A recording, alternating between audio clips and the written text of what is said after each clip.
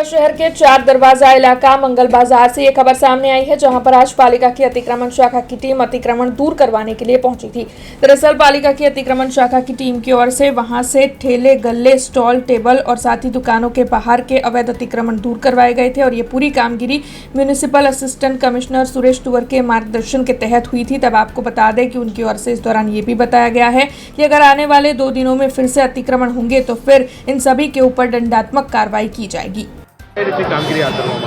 આજરોજ પૂર્વ ઝોન વિસ્તારના વોર્ડ નંબર 14ના વિસ્તારમાં